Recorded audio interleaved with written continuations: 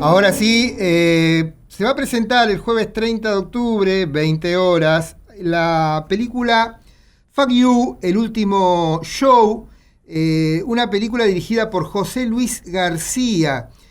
¿Quién es José Luis García? Bueno, aquí tengo una breve referencia, director de fotografía además, de numerosos videoclips. Publicidades entre las que se destaca la campaña La llama que llama. Para quienes tenemos cierta edad es imposible olvidarse de esa campaña. Los largometrajes documentales Cándido López, Los campos de batalla, sobre la guerra de la Triple Alianza contra el Paraguay, una película maravillosa, buscando las locaciones de Cándido López.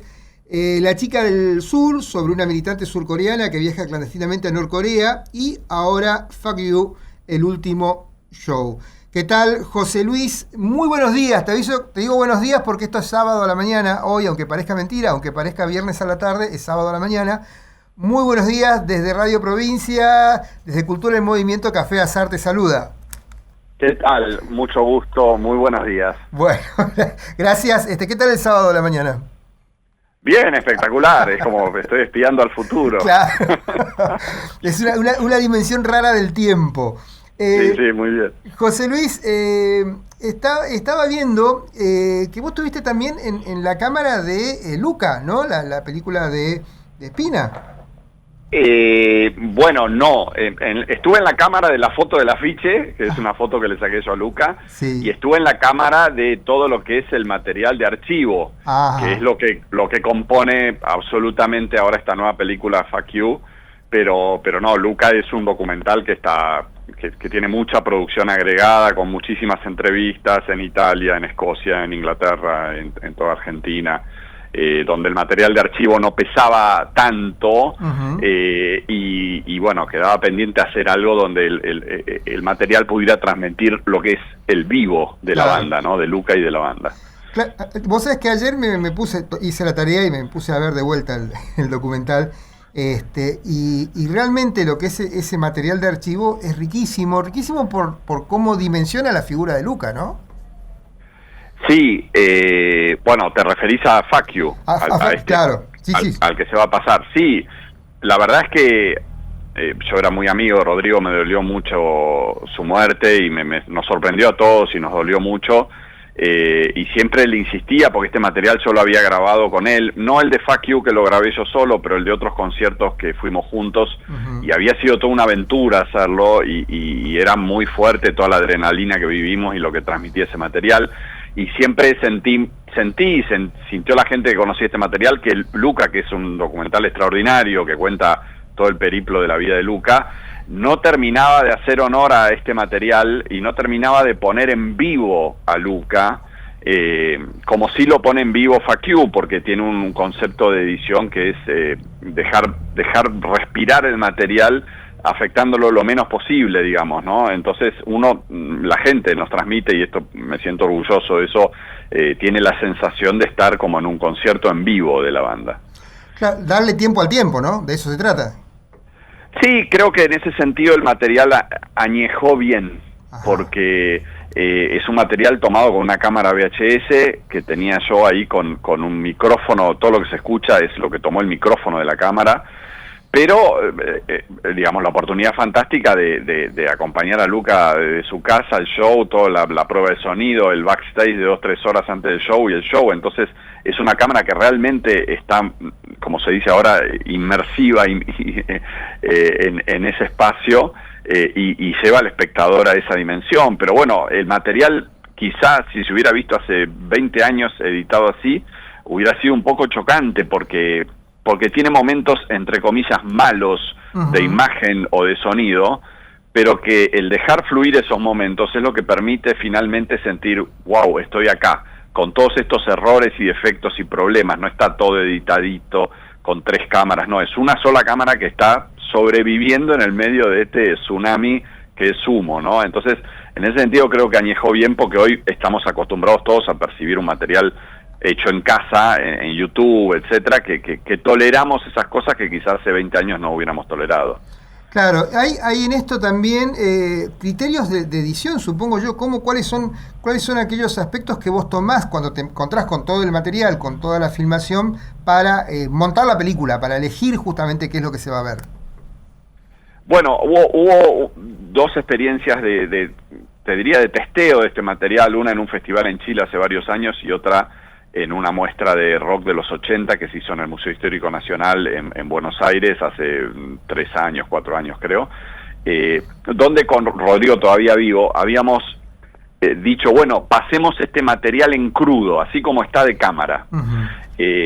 Que para los fans de Sumo fue una experiencia fantástica, los que pudieron asistir, fue una única proyección, y cuando yo vi el material ahí, Rodrigo justo cuando fue la muestra ya había falleció en esas semanas, volví a sentir, porque la primera vez que lo vi en Chile lo sentí que uno iba viendo la progresión del backstage y toda la tensión de, bueno, van a salir, sale en escena, empieza el show, ahí es el pico de máxima, porque estuviste bancando toda la tensión y ahora venía el show, bueno, pero después seguía el show y la sensación es que la tensión empezaba a caer. ¿Por qué? Porque era una sola cámara, porque los temas de repente, mal o bien, como pasa en un videoclip, viste que ves el primer y segundo minuto y después sabés cómo va a seguir el videoclip, claro, porque va a seguir siempre contando lo mismo. Entonces había una tensión dramática que caía, por lo cual se me ocurrió como idea de guión, de edición, intercalar el backstage con el desarrollo del show. Entonces es backstage show, hasta que los dos llegan al clímax final a la vez. Y sobre todo es importante que Luca, que es quien le dijo a Rodrigo y a mí, porque nosotros lo conocíamos de haber hecho un cortometraje con él, vengan a grabar los conciertos porque no llego a fin de año. Opa. Cosa que a nosotros, bueno, era como decir, bueno, mira la boludez que dice. Lamentablemente no fue una boludez, él percibía claramente que se estaba muriendo. Y cuando arranca el show, él dice, este es un show al revés, a mí se me dio vuelta la vida, por eso es un show dedicado al amor. Entonces, ese manifiesto que dice, para mí era importante que estuviera al principio de la película, como lo van a ver, y no que estuviera en la mitad de la película, porque uno realmente tiene la sensación de que está viendo a un tipo que se está muriendo y deja todo en el escenario como siempre hizo en el escenario y en la vida antes de morir, ¿no? ¿Qué significó para vos Sumo y Luca? O sea, ¿vos fuiste fan de la banda o llegaste a partir de la realización audiovisual? ¿Cómo fue tu enlace con Luca y con Sumo? Bueno, el enlace, sin duda, el primer enlace fundamental fue a través de Rodrigo, y yo siempre le voy a estar agradecido a él. Yo lo conocí a Rodrigo, trabajamos los dos en La Historia Oficial en el año 84, sí, pero yo tenía 18 años, él tenía como 7, 8 años más que yo. Y nos hicimos muy amigos y hacíamos cortos juntos, y en un corto él lo fue a buscar a Luca para que actúe. Ese corto se llama El día que reventaron las lámparas de gas, está en YouTube. Ajá, sí.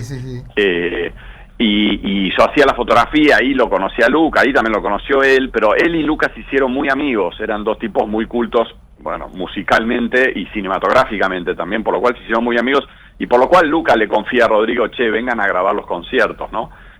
Yo no era fan de la banda, me fui haciendo fan al tiempo que Rodrigo me fue haciendo fan, haciendo el corto y después haciendo el registro de estos conciertos.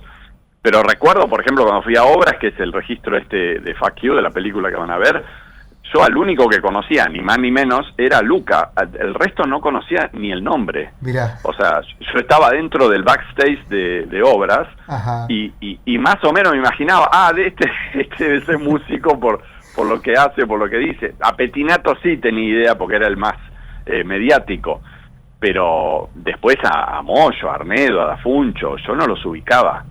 Y realmente toda esa experiencia de esos últimos meses de vida de Luca y que hicimos el registro de los conciertos me fue metiendo cada vez más en Sumo, y cada vez empecé a entender y valorar la tremenda banda que eran, los tremendos músicos que eran todos, y el grado de libertad con el que se expresaban. Seguro, vos sabés que pasa con Sumo que uno sigue escuchando la banda y sigue encontrando cosas, ya sea en la música, ya sea en las letras, es como se va develando de a poco, incluso ahora después de tanto tiempo, ¿no? Sí, a mí me pasa, y veo que le pasa también a chicos más jóvenes que quizás lo escucharon de sus padres, les transmitieron esta expresión de Sumo que es muy distinta a la que quizá puedan escuchar hoy, y cómo se vuelven fans, ¿no? Chicos de 16, 18, 20 años que nos vienen a ver vienen a ver las proyecciones y que dicen que, bueno, nos cuentan en las charlas que se hacen después que flashean, digamos, de ver lo que era una banda y lo que era una banda como Sumo, o sea que realmente es una música que perduró y sembró muy fuerte, ¿no? ¿Se hace con este material de archivo, José Luis, un tratamiento de postproducción de audio, de sonido? ¿Cómo se trabaja eso para sostener un poco el tipo de registro, pero por otro lado también para, no sé, hacer otras búsquedas que tengan que ver con lo sonoro? A ver, no hubo una búsqueda en especial ni con la imagen ni con el sonido, más allá de preservar lo que había, y que lo que había original es VHS, ¿no? Uh-huh. De vuelta, ni más ni menos, porque el VHS no dejaba de ser una cinta magnética bastante ancha, por lo cual hay cosas de sonido que son increíbles, cómo se escuchan, pese a que es el micrófono de la cámara, que va deambulando por el escenario como deambulaba la cámara. Pero tanto en imagen como en sonido tratamos de mantenerlo lo más legible posible, por ejemplo, sobre todo en sonido, ¿no? Manejar niveles en relación a lo que era el backstage con respecto al show, pero sin buscar ningún efecto, sin aplicar ningún efecto de imagen tampoco, realmente dejarlo bastante crudo. Creo que la palabra crudo, o sea, pulir lo crudo es lo que es el eje estético de esta película, digamos, ¿no? Es decir, que se apuntó más a la estructura narrativa o dramática, digamos, en cuanto al montaje, que al material en sí, digamos. Sí, definitivamente. El material era cuidarlo, digamos, en estudios de sonido como Tritón Sonido y después HD Argentina, que hizo la imagen, y nos ayudaron. Digamos, es una película donde colaboró mucha gente de manera gratuita, es una película hecha sin presupuesto, realmente la bancamos nosotros con los productores Aníbal Esmoris y Marcelo Yapses para los mínimos gastos que hubo que hacer, y la idea era mantener eso, salvar el material como estaba y hacerlo legible desde ahí, pero no meterle ningún efecto, ¿no? Ese espíritu de trabajo colaborativo y demás aparece también en esto de no cobrar entrada en las proyecciones. Sí, eso es fundamental. O sea, ahí tiene que ver también con un acuerdo tácito, más o menos explícito, con todas las partes, y en ese sentido las partes son los ex Sumo, hoy músicos de grandes bandas como son Divididos y Las Pelotas, la familia de Rodrigo, también amigos, y los productores, y yo que hice el registro de cámara, de decir, bueno, con este material no se especula comercialmente. Claro. Esto no se especula comercialmente, digamos, además es un material muy distinto a lo que es Luca, porque si vos ves Luca, no sé, el 70% del material está producido, sí, claro, y tiene como un gasto enorme, es un documental muy caro de hacer. Esta es la edición del material que registré en ese día, en esas horas, en ese concierto, yéndolo a buscar a Luca, que vivía en un colchón tirado en el piso, en un dormitorio, en una casa en San Telmo que se venía abajo, que nos tomamos el colectivo 29 para llegar a Obras, y que cobró por primera vez a Daik una semana antes de morir, y que nos había dicho, vengan a grabar porque me estoy muriendo. O sea, no hay manera de que ese material pueda estar buscando alguna retribución comercial. Entonces creo que en homenaje a él, en homenaje a Rodrigo también, y respetando la voluntad de todas las partes implicadas, este material lo consideramos un patrimonio cultural y se exhibe absolutamente siempre de manera gratuita, y llegará el momento, más temprano que tarde, en los próximos meses, que esté viralizado para que pueda llegar al alcance de todos. Bien. José Luis, si tuvieras que invitar a la gente para el próximo jueves, ¿en qué ya se proyectó en algunas provincias? ¿Cómo fue el recorrido que tuvo este material una vez ya finalizado con el corte final? Sí, bueno, el estreno fue en abril del año pasado en el Festival Bafisi en Buenos Aires, y a partir de ahí tuvo un recorrido muy grande, te diría, no diría todas las provincias de Argentina, pero la mitad fácil, y me alegro que ahora esté llegando a Misiones, y después también estuvo en Uruguay, estuvo en Chile, estuvo en España, se pasó en Holanda, en Alemania, algunas proyecciones que se hicieron ahí, y bueno, en Puerto Rico también se pasó, que fue Aníbal a un festival, pero bueno, siempre tratando de estar nosotros acompañando la película. Yo lamento muchísimo que por una cuestión de trabajo no voy a poder estar el fin de semana que viene, que ya sabía que tenía un rodaje acá todo el fin de semana, por eso me tuve que bajar, pero por suerte va a poder ir Aníbal, el productor, uno de los productores, y poder charlar con la gente luego de la proyección.